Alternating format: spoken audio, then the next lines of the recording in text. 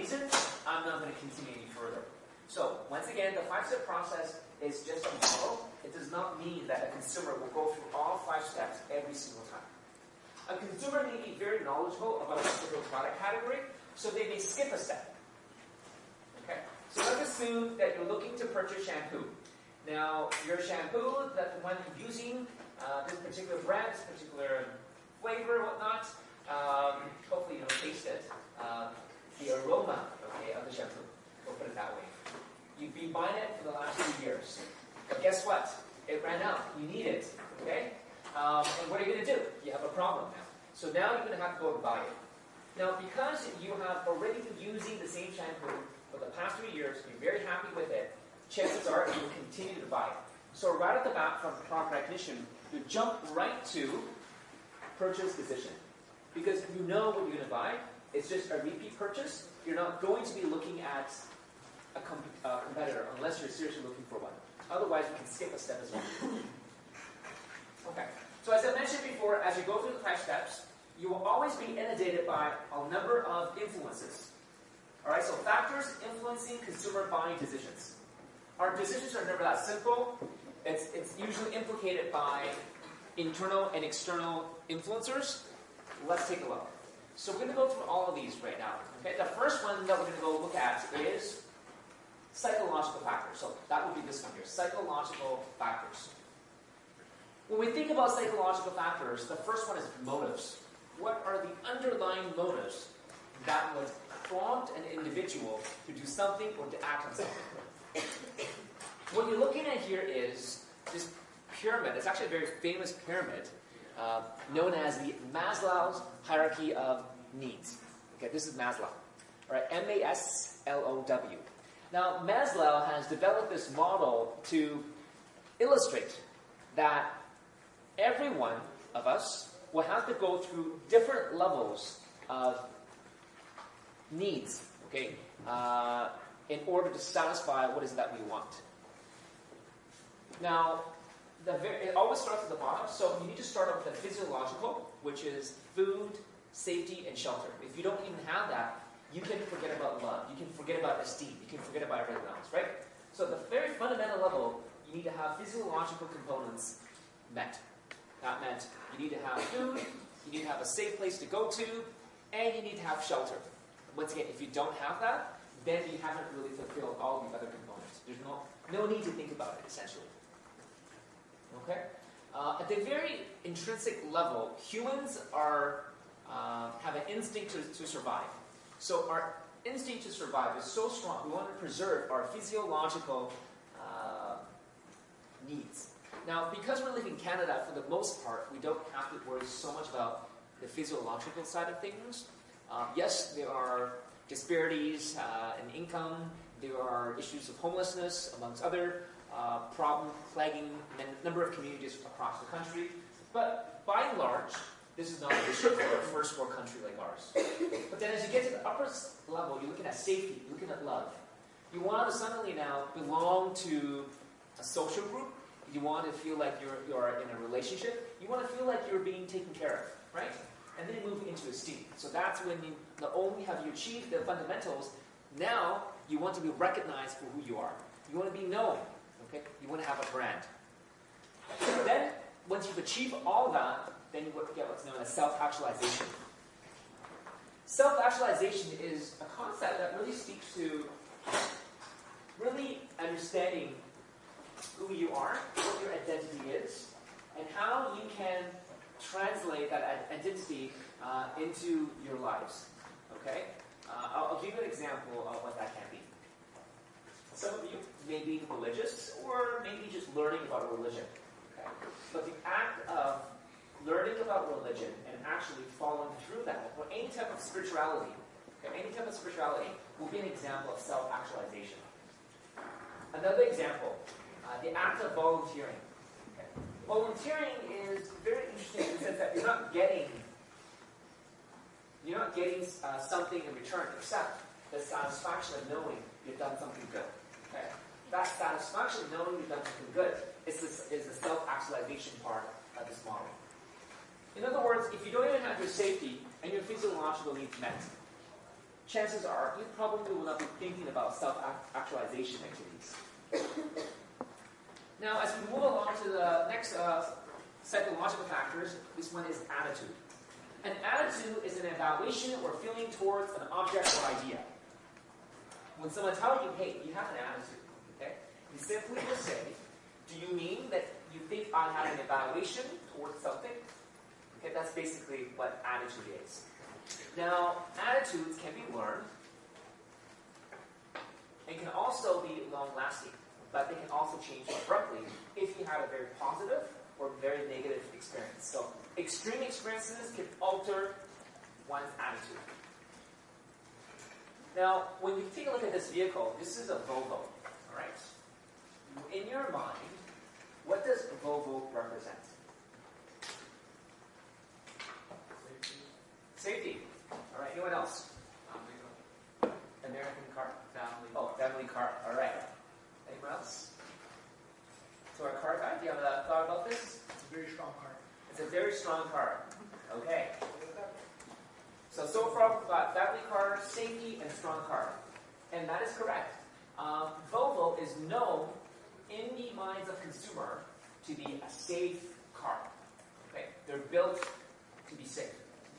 And so our evaluation over many years now is that this is a safe car, safe brand. Okay? Now, what if suddenly Volvo started having a number of accidents whereby the car completely just get totaled? If that's the case, then our image for Volvo would change abruptly, right? It would change abruptly, and therefore our attitude towards this brand will also suddenly change. Our attitudes can also be affective versus behavioral. Affective, AFF, means feelings. So our attitudes can evoke feelings. How we feel about something. How do I feel about Ryerson? How do I feel about going to class? Okay. How do I feel about doing homework? If our feeling and our attitudes towards something is, say, not quite great, then it may also tie to our behavior. Okay, it may tie to our behavior. Our behavior can be very subtle. It could be a visceral response. It could be just a simple facial reaction. Okay, but a behavior is often an action, not just a feeling state. Let's continue on. There's also an issue of perception. What is the perception of the buyer or consumer as they go through the 5-step consumer purchase decision process? Perception for us is defined as the process by which you select, organize, and interpret information to form a meaningful picture of the world. Okay. And perception is individualistic. It is not consistent across all. If I was to ask you this question here, how has society's perception of people with tattoos changed in recent years? Or just generally speaking, what do you think of tattoos? And if we were to go through the class, one person by one person, and every one of you sharing your thoughts about what you think of tattoos, chances are you will not have the exact same response, right? And that is what perception is. We have a different worldview, we have different upbringing, we have different tastes, different personalities. So perception is an individualistic lens of the world. Next one. Here we're looking at psychological factors about learning. Learning is something that can affect both attitudes and perceptions. It can also affect social experiences. So the way how we actually learn is by observation or doing. Okay, when we say doing, you actually experience it. So once again, you can learn by observation, looking at what others are doing, or doing it yourself. And therefore, you have that direct experience. Okay. All right, so I talked about the psychological factors. Now I'm going to move on to the social factors, which looks at family, reference groups, and culture. So in one family household, if you have more than one person in that household, that is, most likely, every member of that household will have different decision-making power. They have different roles that they play. Okay? You might have seen commercials whereby you see a bunch of kids. They're jumping around with a very big dog, and they need a lot of space in the vehicle. And somehow the parent is able to juggle all those equipments into the vehicle, and then the commercial ends there, right? When you think about that commercial, right, who are they actually appealing to? Are they appealing to the children, the pets, the livestock, or the parents? Who are they appealing to in a commercial that focuses on kids' after-school activities, weekend activities, pets, and all the equipment that come with it? Parents. Families. Large families. Well, it's definitely used for families, right? If you're looking at a van as an example, definitely for families. But the decision of the parents to act on the purchase of making the van will be influenced by the kids, will be influenced by the pet. Okay? So the influencer are actually not the buyers, but they influence what type of vehicle a family will get. Alright? If the family has a lot of activities and the pet is very large, active, and takes a lot of room, alright, they become the influencers. Therefore, the parents, as decision makers, will go ahead and say, you know what, we do need to get a vet. Alright, reference groups. Reference groups are groups whereby consumers have some aspiration or they feel they belong into a particular group in order to get benefits, information, or some type of rewards. As I mentioned before, groups of any type provide information, rewards, or self-image. Are there groups that you're part of that provide information? If you're part of, well, actually, if you're taking this class, chances are you're part of the Ryerson Student Union as well as the Ryerson Commerce Society. Okay? So just by the virtue of you being part of Ted Rogers School, you are in that union or student society to get information, whether you like it or not. All right? Some of you choose to be part of a group that will give you rewards. Okay? Is there an example of a group that you're part of that you get rewards? PC Optimum. Okay, yeah. So that's a group where I suppose you can collect points, right? And eventually you can get rewarded. All right, good. And then finally, self-image. Can you think of one? A self-image type of group that you belong in.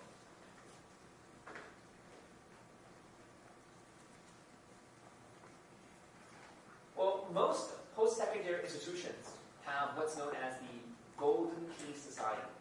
You know about that? What is the Golden Key Society?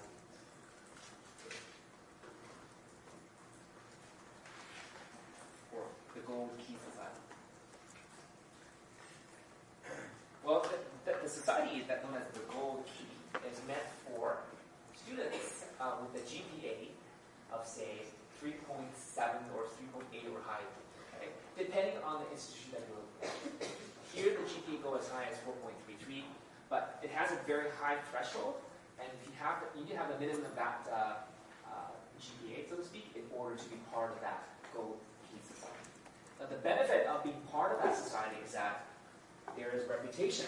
These are fairly high-performing students with good marks. They know how to study. They know how to write tests. Right? They're able to keep up their work. And in turn, employers would actually be looking for these groups and offer them opportunities in hopes of really retaining talent much early on. So that's an example. Now, we're part of groups, many groups actually, even if you don't have a choice, you're actually part of a group. Our primary group is the family unit. Okay? It's the most immediate. We're there every single day, maybe not, but that is our immediate. Okay? Then you have, say, association, you have friends, you have coworkers. Those are known as secondary reference groups. Now, the third one there where it says famous people, well, that's just more of a, not only secondary, but those are brand communities. Those are not necessarily a formal group that you're part of. It could just be a fan club that you're part of, or a discussion board that you regularly contribute to. That would be known as secondary brand community type of reference group. Once again, a reference group can impact how a consumer behaves in the 5-step purchase decision process. The next one here is social factors for culture. Culture, as defined in the previous classes, mean for us shared meanings, beliefs, morals, and customs.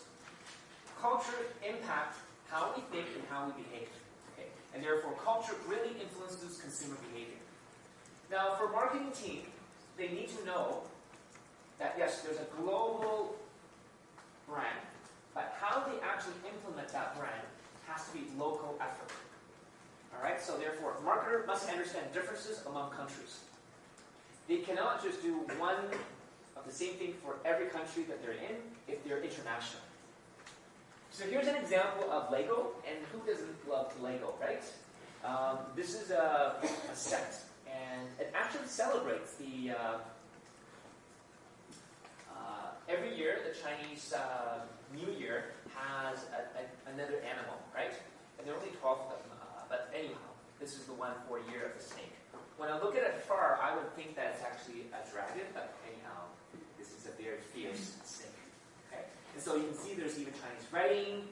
Even the theme of it is actually customized to that of a culture that is inherently involved with celebrating the New Year.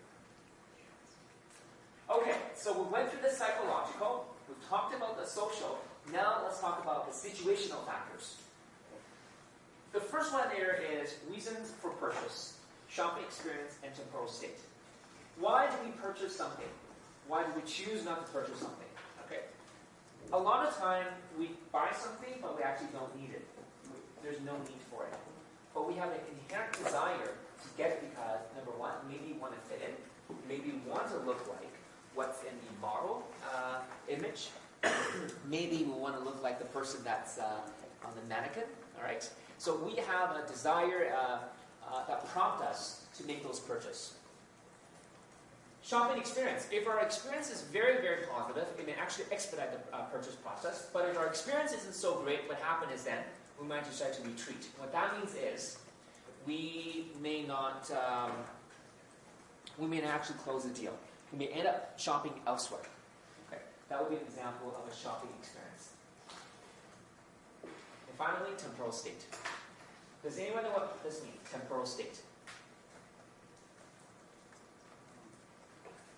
Mood? It could be. It's certainly all of this is tied into any type of factors will involve mood as well. Yeah. Yes, it could be. I would say that's also tying into psychological. But timing, antecedent state, timing is a big component here. Okay. I don't know if I mentioned in this class, but every semester during midterms and final exam, when you guys need a calculator for the test, we will get some students that don't have calculators. All right, they just don't bring it. And there's always a math scramble to actually find calculators. And thankfully, I learned about a year ago, you can actually borrow calculators from the library. Okay? So rather than going to the bookstore and get a very expensive calculator just for that purpose, you can actually borrow one below. All right? You can't use your cell phone, unfortunately. So if you're pressed for time and you're urgently in need of purchasing a calculator, well, you're not going to care for the price. You'll just buy something, you'll just get it because you need it. Okay, so on this slide here, you're looking at involvement and consumer buying decisions. This slide just basically speaks to the fact that you have an advertisement. Hypothetically, there's an advertisement. The level of involvement depends on a number of things. When we say, how involved are you with that advertisement? It depends on a number of things. If a consumer is very involved in the advertisements, they will pay greater attention, they will have deeper processing. Okay? So, assuming that this whole slide is an advertisement, if you're paying attention, and if you're actually following my reasoning, you are actually highly involved. Right? You're highly involved because you're internalizing everything that I'm saying, all my hand gestures, my words, and where I'm pointing to. Right? Over time, as you're highly involved, you develop strong attitudes and purchase intentions. Conversely, if you're lowly involved, you're not really paying attention, it's peripheral processing. Okay? And it generates weak attitudes, and you need to have more increased use of cues. But when I say more cues, it could just simply be by the act of me keep on tapping with the screen and say, look. Okay, and suddenly, a couple heads turn up. Right? So I'm actually generating cues to force you to pay attention so that you become a little bit more involved.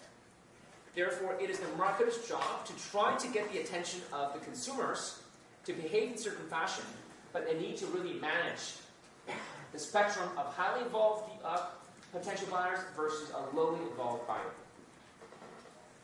Let's do a test. So here we're looking at a slide. This is obviously Nintendo, but this is Nintendo. Let's assume that this is Nintendo Switch. Okay? What do these ads imply about influences on consumer purchasing? What do you think?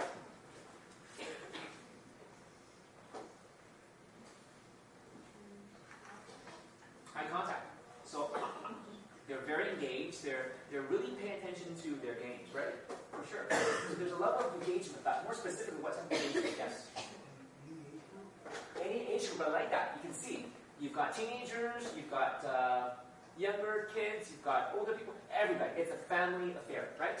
Okay. 1, 2, and 3. Yes. I feel like a lot of this is about consumer satisfaction. Like they look satisfied. Yeah, for sure. I mean, they're happy, right? They're happy at the time of their lives. I know that when I play on my Switch, I actually don't smile. It's actually very tense for me. But when I do play with my buddies that come over in a multiplayer game, they always say, Steven, can you just loosen up? It's just a game. So when I actually play the Mario Kart driving game, I'm very competitive in those games, and when I lose, I get very angry as well. Now, even though I'm the host, I still have the people that are cool, right? But anyhow, all right, so they're very happy. And you can play multiplayer, or you can play alone. You can play with your family or with friends. that's right. And they can be a long distance as well, right? Good. And at the back? There you go. Okay, what about this one here? Oh. Same message. So all age groups, you can play the foreigners, children, old people. Yeah, it's a very diverse the demographics, right, of all types. They're able to engage in a device like this. One thing I would like to point out is that they use a lot of bright colors. So it's very engaging and lighthearted and playful, Yeah. rather than being like almost sophisticated. Yes, so colors are very welcoming. They don't feel offending per se, right?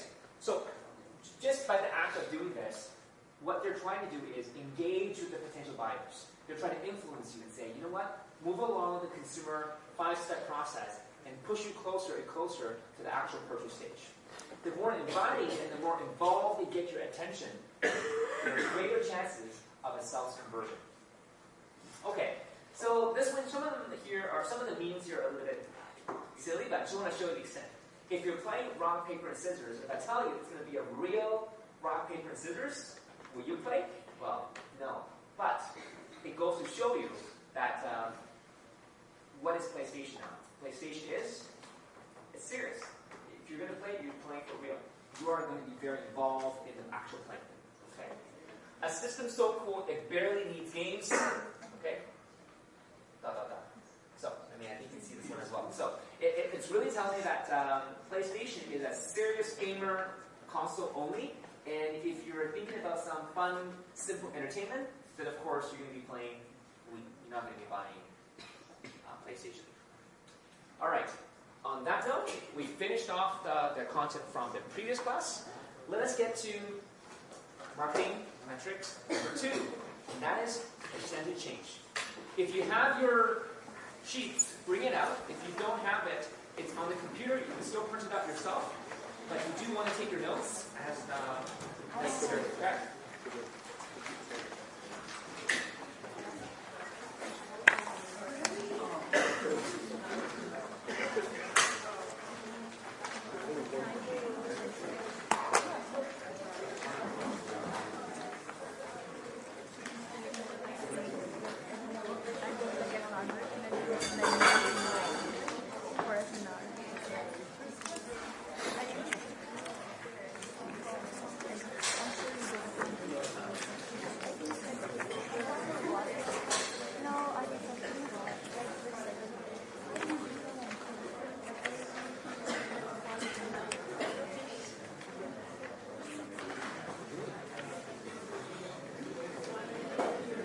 Okay, so class, I got a little bit excited because I have not talked about this module. Let me talk about this first. It will be quick, and then we get to the actual practice questions, okay? So let's start. Why do we care about percentage change? Percentage change is actually very important. It tells us what has changed, in a quantifiable way. Okay? What have you done last year? What have you done this year? What did you get the month before? And what did you get the month today? And so by looking at the difference, you can actually quantify it in percentages or the raw change numbers. So on this slide here, you're looking at United States newspaper advertising revenues from 2005 to 2012. So this is a good point to mention as well. Whenever there's a percentage change, there always has to be a change in timing as well. If there's no change in time, then how in the world are you supposed to get a change, right? So there has to be a change in time. Now, you can see that from 2005 to 2012, percentage newspaper advertising went from 2.5% in 2005, and in the following year, there was a dip of 0.3%. So, negative 0.3% means that advertising in newspapers in the United States actually went down. It went down by 0.3%. Or in other words, it went down by 0.2 billions of dollars. Okay? And again, the following year, it went down by negative 7.9%. The following year, negative 16%, so on and so forth. Okay? Now, if you look at just 1 year, it's not very helpful. 2 years, so-so. But if you start looking at it, say, some 8 years as a trend, year after year after year, you are now able to make a trend analysis. By looking at this and doing a trend analysis, suddenly you're armed with a lot of information. By looking at this, what can you infer? If you are the analyst looking for trends, what can you say? You're now at 2012 December. You're walking into the CEO's office, and the CEO is asking you, what in the world is going on with my newspaper company? Tell me what to do. What are you going to say December of 2012? You bring this to the CEO's desk. What will you say?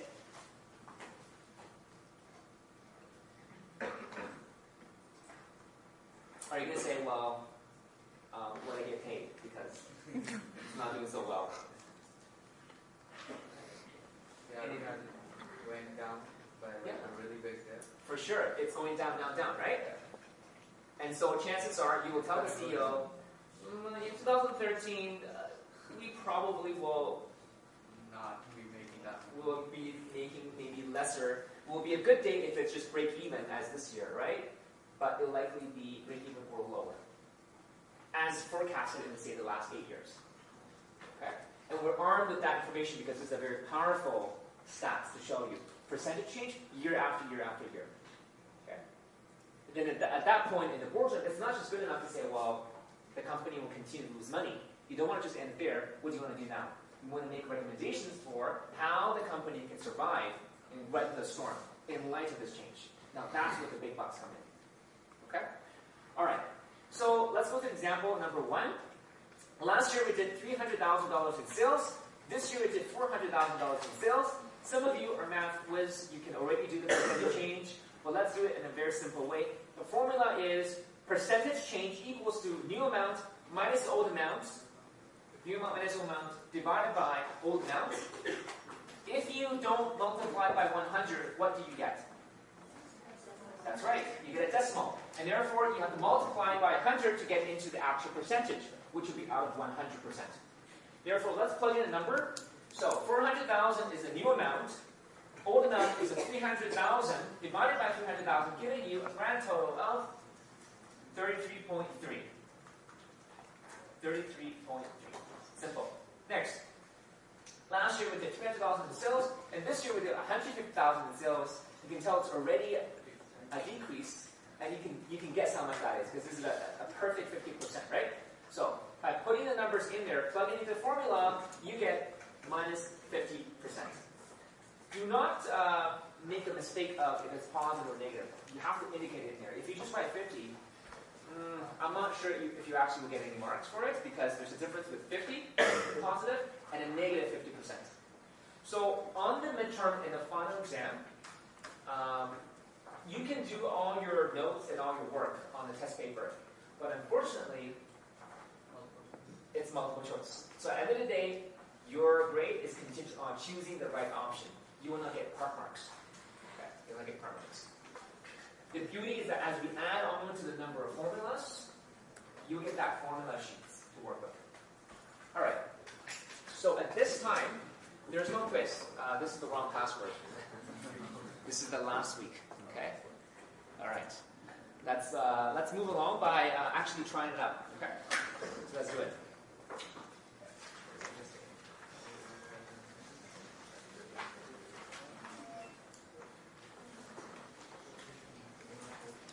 All right. My chair is very high, but that's okay.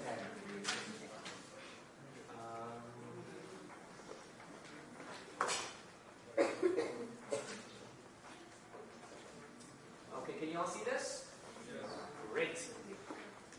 Okay, so Ed is a small deli which has had great success in its second year of operation. Revenues in year 2 are $570,000 compared with $380,000 in year 1. What is Ed's year-over-year sales growth rate? By the virtue of the question here, it says growth rate. It's already suggesting this. It's a positive, right? It's literally telling you it's a positive. In fact, you can tell, right? You can tell if year 2 is 570 and year 1 is 380. You already know there's an increase, but you just need to calculate the actual increase. So, the percentage change, or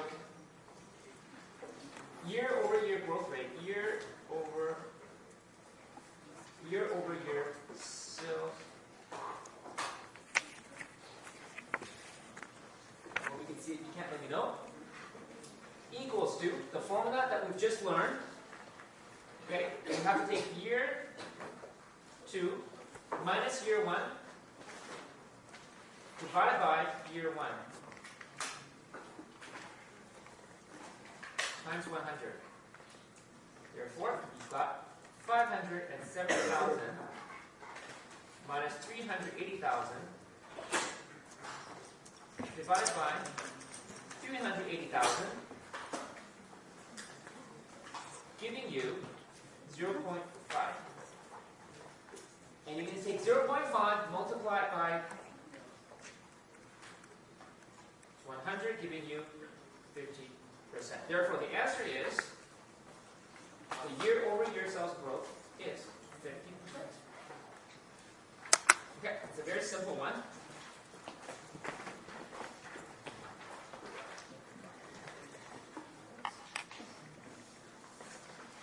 Let me know if I can move on to the second page.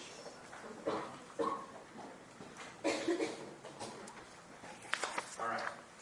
So this question is a bit longer and it's got a table, but let's read through it. A small retail chain posts impressive percentage growth figures, moving from 58 million to 107 million in sales from one year to the next. Despite this dynamic growth, however, analysts cast doubt on the firm's business model, warning that its existing stores' growth measures suggest that its concept is failing.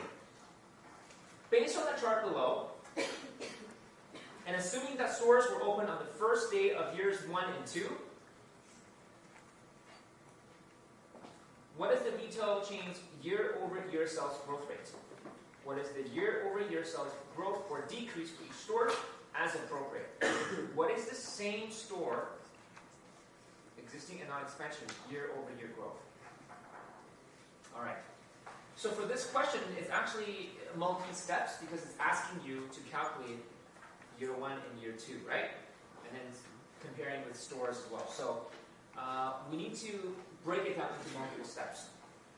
But just make sure we understand the table. The table is the store name, store A, B, C, D, year open, year 1, year 2, and then revenue in millions. Revenue is in millions. So when it says bracket millions, basically it means that whatever number that you see in the table, you will give it the number of zeros that it takes to make a million. Which is how many zeros? 6.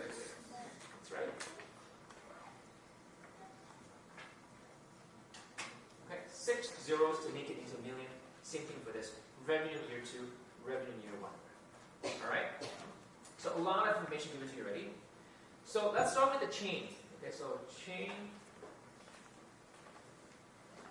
wide year over year. Sales growth rate.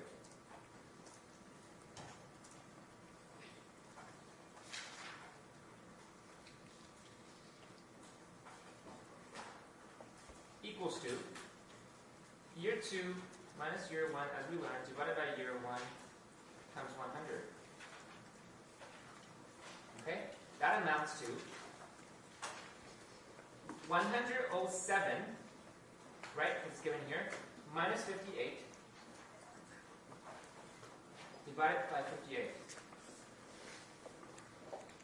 Right? And if you do the multiplication, that will give you 84.5%. So the year-over-year sales growth rate for the whole chain is 84%. Okay? That's the whole chain. All right. Now the next part is store A. We're going to have to do it for store A, store B, store C, store D. Okay? Because we're looking for year 1.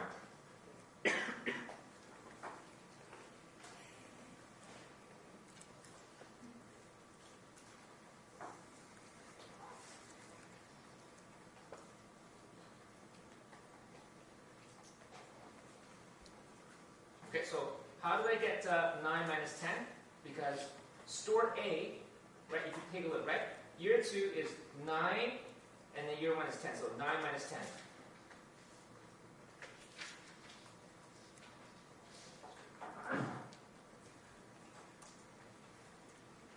Negative 10%. And you can do this yourself as well for store B, equals to 20 minus 19 divided by 19, giving you 5.26%.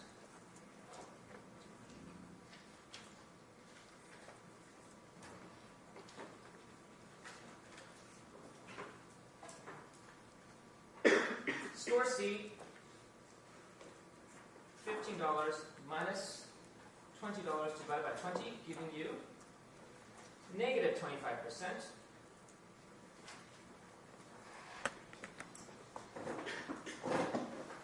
And store D.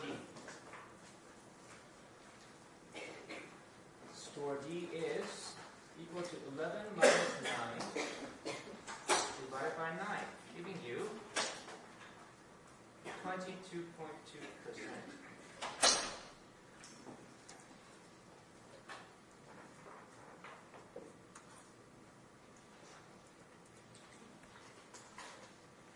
Okay, so have we completed the question? Let's read.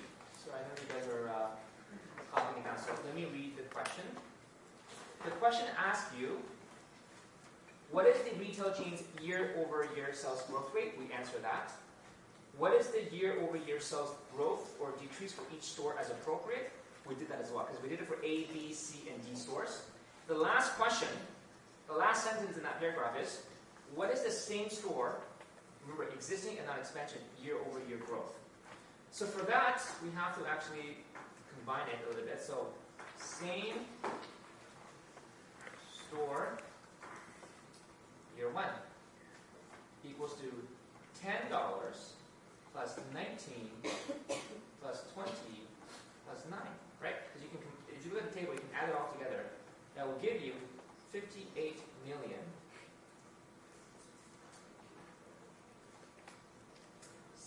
Same store year 2 equals to 9 plus 20 plus 15 plus 11.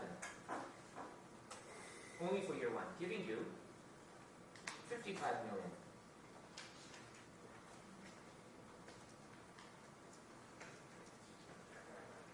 So, now that you've got the totals of year 1, year 2, now you can use the percentage change formula. Okay? So, same store year over year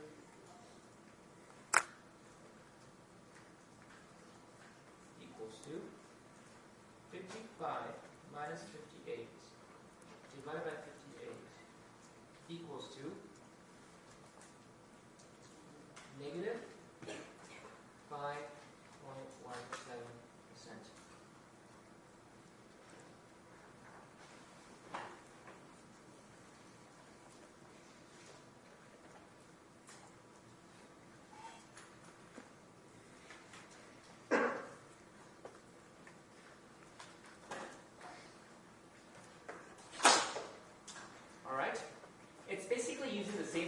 enough that you can actually understand the question and be able to apply it. Not too involved just yet. Yes. Sorry, but what are we getting for the year 1 and year 2? Can you see it here? So the question asks, right? What is the same store? We're looking at existing stores, okay, not expansion, year-over-year growth. So we're basically adding these numbers, right? All the year ones. All these we're adding. We're adding 10, 19, 20, and 9. And then for the revenue in year 2, we're adding these ones. Oh, Yeah, we're only looking at stores that have opened in year 1. A lot of times it isn't just about like, you know how to do the math, you know how to use the formula, but it's just understanding the question is actually the trick part. Okay. Is the last answer minus 3? Last number is here.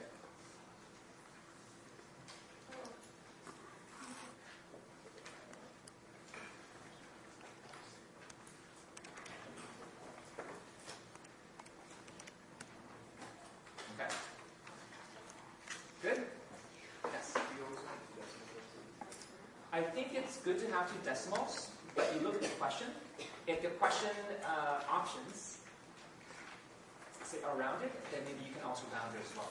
But give yourself, as you work through your numbers, 2 decimals first. Okay. Can I take this way? Oh, you still doing it? Okay, we'll have you finish it. Let me check a few things.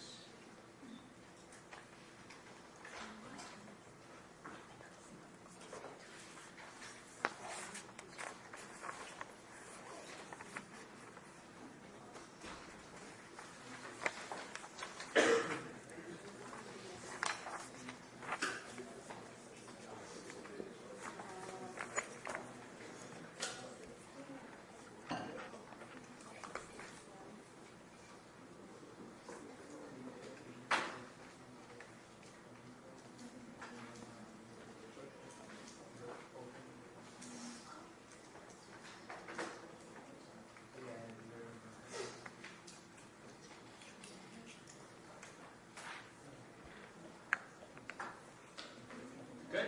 Excellent. So at this time, I just wanted to check with all of you. We've got the second part for this evening. Would you like me to continue and take break later? Or would you like to take break now? Maybe later. Later? Okay, good. So let's push through. Now we're going to talk about marketing research, one that is, in my view, one of the most sought-after professions that comes to the world of marketing. The world of marketing isn't just about flashy signages, isn't just about creating this amazing, funny commercials, or elevating a campaign. While that may be what you visibly see from the marketing side of things, behind all that will be marketing research. Without that, there is no marketing. All right? So I'm going to share with you a couple of photos as we get involved with our discussion this evening. Here you're looking at a resort. Where do you think this resort is? You know, I could have chosen a better photo for a resort, but I just want to take this one.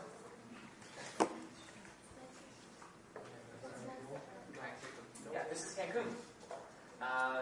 But for me, what was more interesting isn't so much about the water and the people per se, but the fact that the buildings are so close to the waters is what surprised me. Now, I'm not sure if it was just the angle of the image, but man, it's so close, right? With a number of elevated concerns with hurricanes, to tsunamis, or rising water levels, well, this is getting a bit too close, in my opinion. But nonetheless,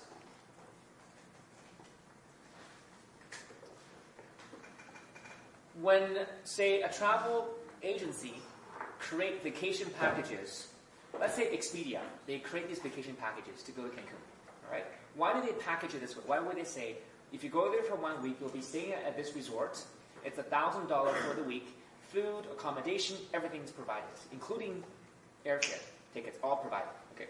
So the way how they package together must have meant they've done some research behind the scenes in order to make that package attractive to all of us, right? What about here? So let's assume that going to Cancun is not your thing.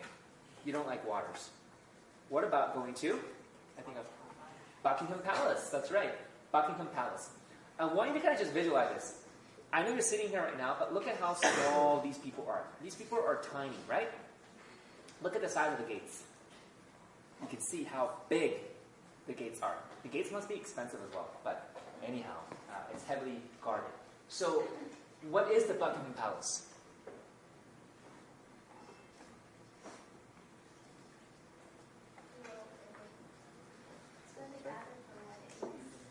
It's where they gather for weddings? Okay. Royal weddings? Yes. Yeah, supposedly, the queen, all right, the whole royalty system, the ceremonial site is actually here, all right? So, the woman that is on your Canadian bill or coins, all right, this is where she supposedly will reside. Now, mind you, they've got many properties around the world and also all of England. This would be one of them for sure, but this is the ceremonial one that they have when they greet with guests or when they have press conferences. This is also a tourist attraction. People like to go. People like to go here. People like to go to London. People want to be surrounded in a very historical part of Europe. So how would vacation planner package it so that they really understand what a potential traveler wants to do there? That is also an example of marketing research. Yes. Primary research? Yeah. Primary research, very good, is simply the act of just doing a poll, right? So if we were to do a survey right now, what would you like to do for your vacation plan this December? Well, you will have different answers, and when we compile that information together then, that would be an example of a primary research, very good, that we can inform how we intend to package vacation plans to market to the general mass. Okay. Before I move on, I just want to mention, you may think that these gates are only for the royalties, for the Queen of England. Well, it's not just for the Queen. Potentially one of your celebrity idol, who is known as Drake, he's just finishing up his mansion on the bridle path of Toronto. He lives on Park Lane Circle. And his gates was recently approved by the City Council for an extended height, 4 times the size that one will allow. So I'm pretty sure now if you drive there, or maybe a few weeks down the road, when they construct it, the gates will be maybe not as tall as this one here, but it will likely be double, if not triple the size of a person standing up, an adult standing up. In fact, let's take a look. We're just very nosy. We're going to go take a look. All right. So what do we type in here? 21 Park Circle. Oh, look at this. This guy. All right. Be sure to invite the class as well. I'll give you the class email list. All right. 21 Park Lane Circle. Oops, I think I'm moving.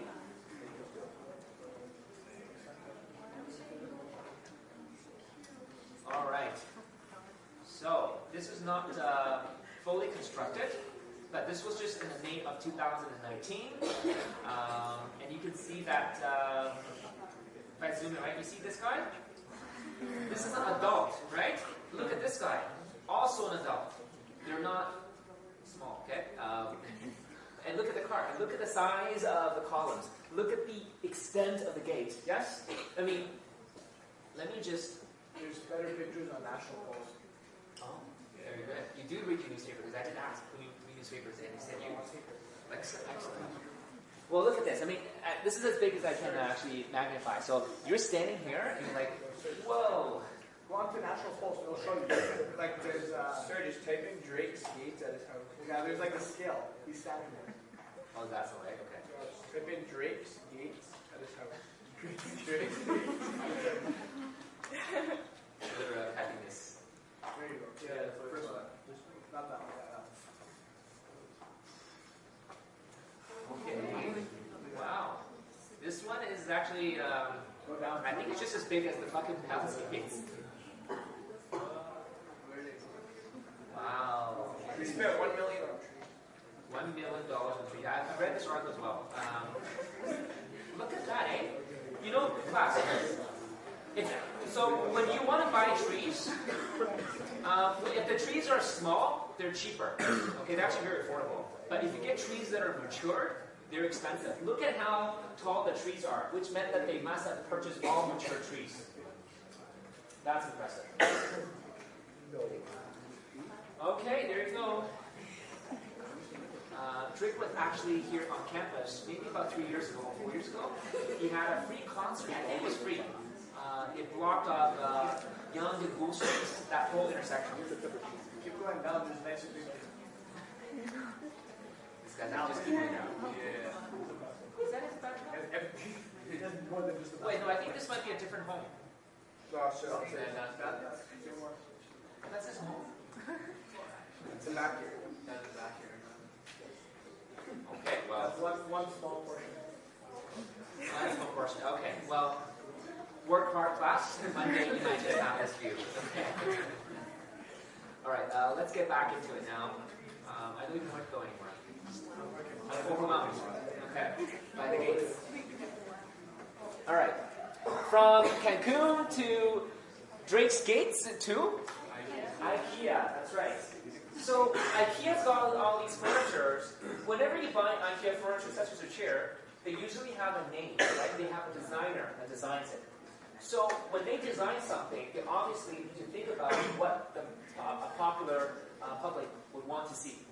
And so even just the act of designing a furniture also undergoes through fairly extensive market research, right? About the ergonomic features of the furniture, about the color, about the texture, the fabric, if it's a fabric or if it's leather or leather. All these will have to undergo extensive research. What about this one here? Where are we at? Shangri-La? And that is correct. This is Shangri-La, Toronto, located on University Avenue, and since you know where it is, University Avenue and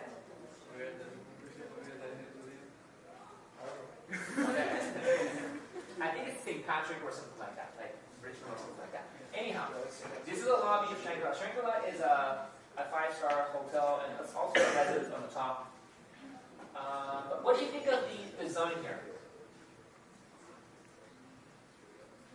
Do you like the design? Do you feel it not good? It's not too bad, right? There's a lot of orchids. I don't know if they're real or if they're artificial. But the whole premise of the Shangri-La Hotel, including its lobby, is to create this Zen, calm, meditation type of feeling.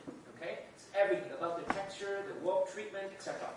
And so you may think, why are they doing that? Well, again, they've got their whole team of market researchers really looking into what their customers want to see, want to have. And so they create an environment that will appeal to their likes as well, their customers' likes. Here you're looking at a grocery store. And this is not a real grocery store. This is actually a virtual grocery store. Now, why am I sharing this with you? Well, the world of marketing has shifted to the point by where you can actually do market research without actually constructing it. And so the IT company will actually create this environment. You'll put on your virtual reality goggles, and then you will actually navigate the space. Now, a team of market researchers will actually get someone to, like a real-life customer, to try on the virtual reality. The researchers want to know where the test person will be walking to. How do they walk along the aisles? Where do they stop? Okay?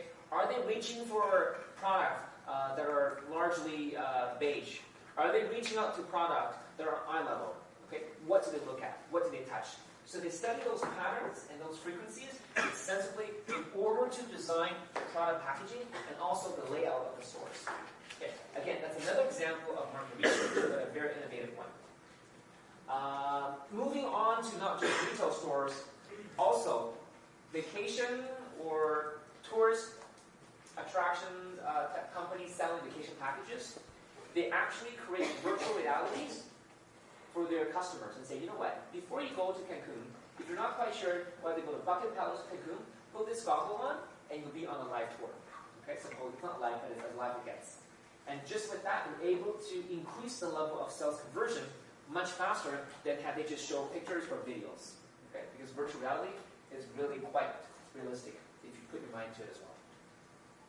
Therefore, marketing research is actually a set of techniques and principles. So it's techniques and principles for collecting, recording, analyzing, and interpreting data that can aid in decision making for one to promote their goods or services and ideas. So it's a set of tools. There's a systematic, which means that there's a step-by-step progression to carry out the marketing research side of things. Now, as you look on this slide here, these are some popular notions of marketing research, from a simple survey, which is very popular, one that you'll most likely do in various professional lives that you have, that you'll be embarking on into the future, to food tasting. The act of simply tasting the food is an example of market research. And of course, what do you think is going on here?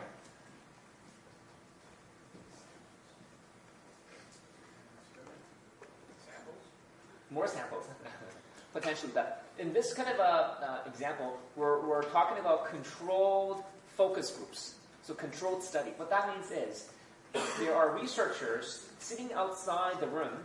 They're doing observational studies. They're monitoring, they're recording everything, both video and sound. And then there's a moderator that facilitates how that research will be conducted. Okay? So it's a controlled testing environment for whatever outcome they wish to have. And finally, you have what's going on here. The bottom right image, what do you think? If you had to make a sense of it, what's going on here? Transactions. So how can transactions be marketing research? Well, let's talk. So let's assume that this is you, and you're in a store. You're browsing, and suddenly you found something that you like, and you're ready to make a checkout. So as soon as you walk over the checkout, the cashier says, "Oh, you found something." And you reply, "Yes, I did. And I'm about to make a purchase. Can you cash this out for me?" The cashier says, "Absolutely. Did you find everything else that you need? Do you need anything else?" You say, "No, that's all I need. I'm good to go." After all that exchange, all the pleasantry is done, the lady will say, "How do you want to pay?" Then you will say, "I'm going to pay with my credit card." Okay? So as soon as you put your credit card out, she reaches her hand to the credit card, and she'll say, "Oh, just for informational purposes, can I have your postal code, please?" "Oh, postal code." In your mind, you're thinking, "Why are you asking for my postal code?" "I don't think so." And so, as you're doing a tug of war with that credit card, okay, she's pulling it, you're like, "I'm not sure about giving my credit card anymore," but you're still smiling, okay? Why do you think the cashier is asking you for your postal code? Yes, so where are you, like, living? Or where is your card registered at? Where is the card registered? Yeah, so where your card is registered at, which is most likely your home billing address. Yeah. Most times when this transaction happens, to pretty much do research based on where most of your products are being sold. So then I use called geographical information systems that do that, and then you just base it off of this particular product is really popular in this particular region. Well So said. the credit card Yeah, comes from this region. I like that. That's good. So there's multiple layers to what you just said as well. They can actually look at where people are coming from and what are they buying. So maybe people that are coming from, say, Sudbury like to purchase snow shovels, but people that come from, say, Toronto, they instead purchase a lawnmower. Okay? So it's a good way of knowing where your buyers are coming from and also what is that they're buying. Okay. I think I saw something around here. Was it you? Similar, right? Okay, good. And so when you're actually asked for your postal code, which I'm assuming some of you have been asked before, yes? Have you responded? Or did you just ignore it? Like, how did you go about that interaction? Just gave them the postal code? Usually you have the decision to either give it or if you don't feel too comfortable with how to give it. Yeah, they actually don't provide that option verbally, right? They'll just ask for it. But simply put, if you don't feel comfortable, you can just say, I pass, okay? There's no requirement to tell them anything, actually. If anything, your response should be, actually, what is your postal code, right? That's already asked, what is your postal code? So anyhow. Is that what you asked? All right. that's that. And by using postal information, market researchers now are armed with a lot of really valuable information. So for the next, say, half an hour, we're going to take a break for sure. We're going to go through these 5 steps. Yes, there are a number of steps, but it's the steps for marketing research process. Starting off the steps, we need to go through an example. An example tonight will be Heart Attack Grill. I don't know if you've heard about this before. Maybe you've been to it before at Vegas. Anyone's been there? I will be very curious to know. Okay. It's actually, we weren't able, I believe, because it's a very long lineup, but I don't know how long ago it opened. Okay. It's been for several years, and it's got its notoriety because of its ridiculous name, first and foremost, Yeah, right? I've heard it's like a 2-hour wait, like we passed by Yeah. it. Certainly on some days, it became a tourist attraction for people wanting to go, so the line can certainly be very long as well. Well, if you take a look at this on the bottom, it says over 350 pounds eat for free. Okay? Wait a minute. What did you just read? Okay? If you are 350 pounds or more, you get to eat for free at Heart Attack Grill. Now, what exactly is Heart Attack Grill? When you enter the store, or restaurant rather, you will be expected to wear a bib or a hospital gown. All right? Because you're treated like a patient in a hospital because you've got a heart attack, right? Of course you're a patient. And you're also asked to wear a wristband to simulate you are a patient, also at a hospital. The chefs are basically surgeons, all right? And they dress up in surgeon clothing as well while they make the foods. The whole concept is ridiculous. If you look at the menu, let's take a look, all right? Here the menu states the following: single bypass, double bypass, all the way to quadruple bypass burger. Very clever naming. Take a look at this. Deep fried in pure lard. Right?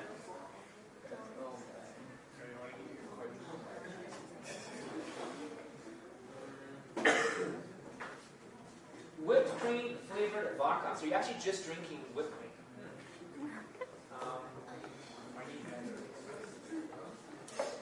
What else are there that's strange?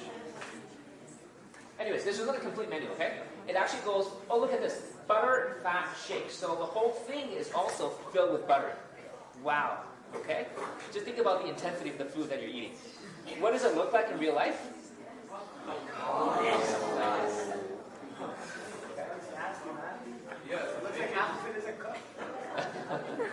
So I don't know how they can eat this, but here you have it, okay? Now, okay, so I'm going to share with you, and I'm going to actually play a short video to kind of talk about this example throughout this evening.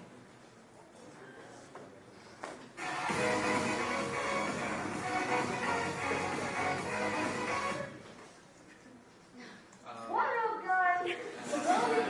Oh wait, that's the wrong video. At most restaurants, having 3 customers suffer I don't know heart why he's attacks here. can be a source of great concern and shame, something to be minimized and explained away. Not at one spot, where they actually promote how unhealthy it is, offering free meals to its most obese patrons, and even celebrating death on the premises. It's aptly named the Heart Attack Grill. We sent ABC's Ryan Owens to check out their new digs in none other than Sin City. In a country where calories are posted like warnings on restaurant menus, where unhealthy school lunches are under fire, and where our First Lady has a vegetable garden, there is an alternative reality. And it looks like this.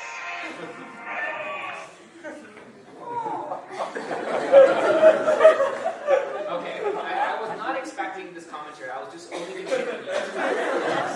So I embedded this video in my presentation slide. I didn't get it directly from YouTube, and I think I linked the wrong video. But anyhow, so he's my commentary. Oh, you still want to watch it? Yes. Oh, I'm sorry. I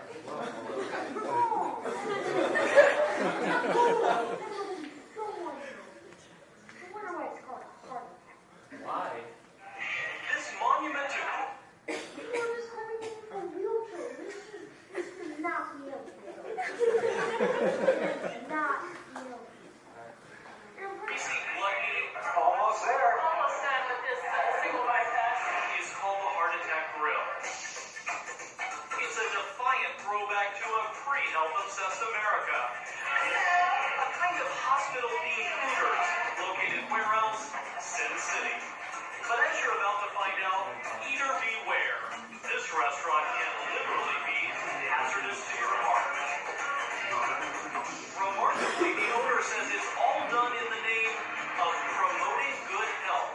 One among us has to tell the truth, and that's what we're doing here. The Heart Attack Grill prides itself on pushing limits, along with belt sizes.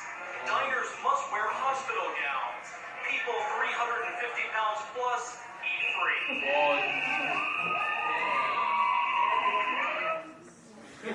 They're cheering because they're over 350 pounds. Fighter fries cooked in lard are unlimited. Thirsty? Try the all butter fat shake. Or maybe and new to this menu, a burger with 8 patties, almost 20,000 calories. That's one day worth of food. Gives you extra 40 pounds. That's the equivalent of nearly 40 Big Macs. Oh, and if you don't finish your meal, you get spanked. Exactly, real or in. Spankings are real. The restaurant is on its repulsive access. Seems right at home among the tourist traps in.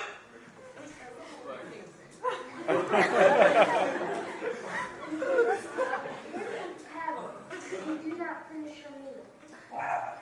This was a good man with hopes and dreams who couldn't control his eating habits. Inside this bag are the remains of yet another spokesman, John Ailman. He ate at the restaurant every day. But people are actually dying. So that's kind of where the gig has to stop. What do you say? People are dying. People will continue to die. Can't they just stop, pause, and reflect upon the food for thought that I'm selling? It's not hamburgers, it's not t-shirts, it's not french fries. I'm selling you food for thought and a good laugh. Let's not have a good time. But let's really digest this. Let's think a bit. Or we're going to end up exactly like my friend in the bag. Perhaps in a city near you. I'm Ryan Owens for Nightline in Las Vegas. Alrighty. So we're gonna have to talk to this guy afterwards, but we're gonna have to pause here. So I want to share this with you to really give you a sense of the experience for one to go to Heart Attack Grill, and hope you receive that by watching this video. Let's say, should I just take a pause now? Why don't I do that? Let's come back at say 7:35, and then we'll continue. 7:35.